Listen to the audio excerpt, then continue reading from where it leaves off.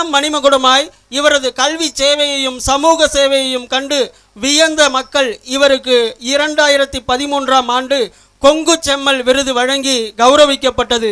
கல்வி பணியோடும் சமூக பணியோடும் மட்டுமல்லாமல் PSK engineering construction, Ashok spinning mill, Ashok wine mill, PSK petrol bank, PSK பால் பண்ணை என்று ஒரு மிகச்சிறந்த தொழில் அதிபராய் நமக்கெல்லாம் ஒரு மிகச்சிறந்த வழிகாட்டியாய் ஒளி விளக்காய் மின்னும் டாக்டர் PSKR பெரியசாமி அவர்களை இன்னுரை ஆற்ற வருமாறு அன்போடு அழைக்கின்றோம். அதற்கு முன்னால் ஒரு சிறிய காணொளி. கொங்குநாடு கல்வி நிறுவனங்களை பற்றிய ஒரு அற்புதமான விளக்கப்படத்தை இப்பொழுது நீங்கள் காணலாம். கொங்குநாடு நிறுவனங்களினுடைய காணொளி இது.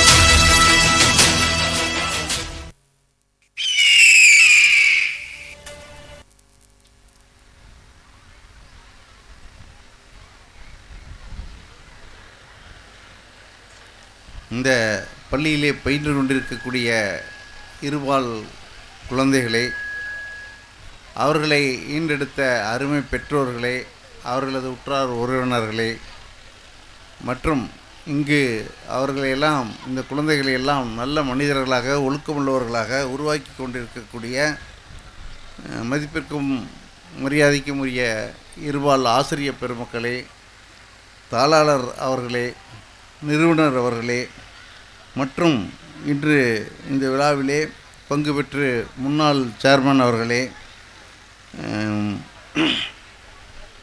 பொதிகை மகா அவர்களே, ரேவதி அவர்களே, அனைவருக்கும் என்னுடைய மாலை வணக்கத்தினை தெரிவித்துக் கொள்கின்றேன். இந்த பள்ளியினுடைய வரலாற்றை பற்றி இங்கு படிக்கின்ற மாணவி மிக தெளிவாக எடுத்து சொன்னார்கள்.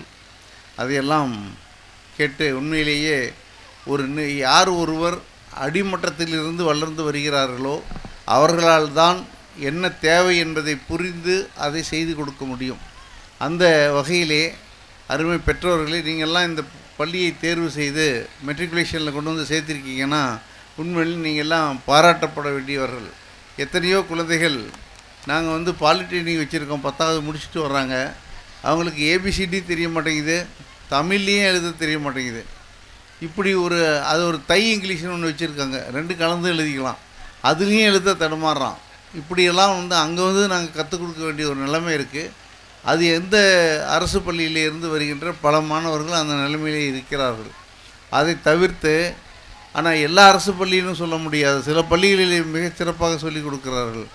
இந்த மெட்ரிகுலேஷனில் இருந்து வரக்கூடிய மாணவர்கள், சிபிஎஸ்சியிலிருந்து படித்து விட்டு வரக்கூடிய மாணவர்கள்லாம் அவர்கள் எதிர்காலமே மிகச்சிறப்பாக இருக்கும். ஏன்னா ஒரு ஃபவுண்டேஷன் முக்கியம். ஒரு கட்டடத்துக்கு அடித்தளம் நன்றாக இருந்தால் மட்டும்தான் மேலே எவ்வளோ வேணுமான்னு கட்டலாம்.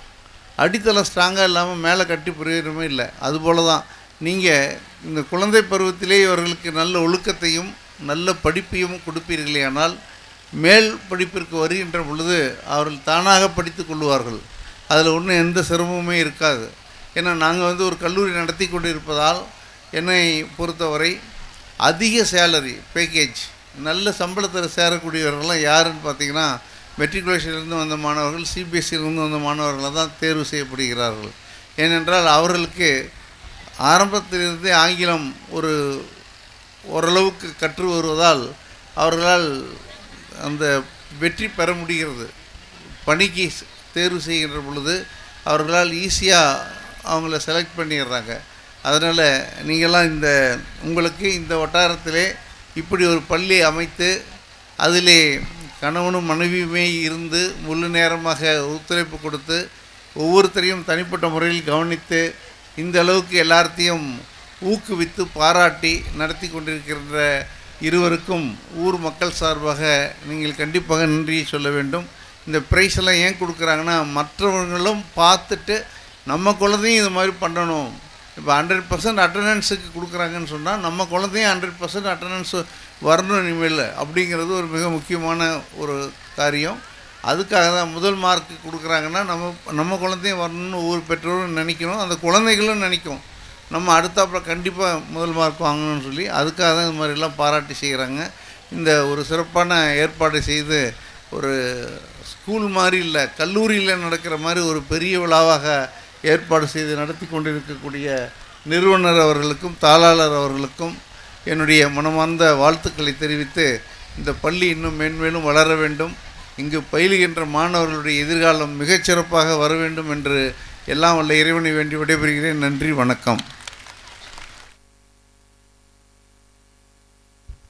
அவர் ஸ்பெஷல் கெஸ்ட் புதுகை மகா அவர்கள் மண்மனம் வீசும் கிராமிய பாடல்களுக்கு சொந்தக்காரர்.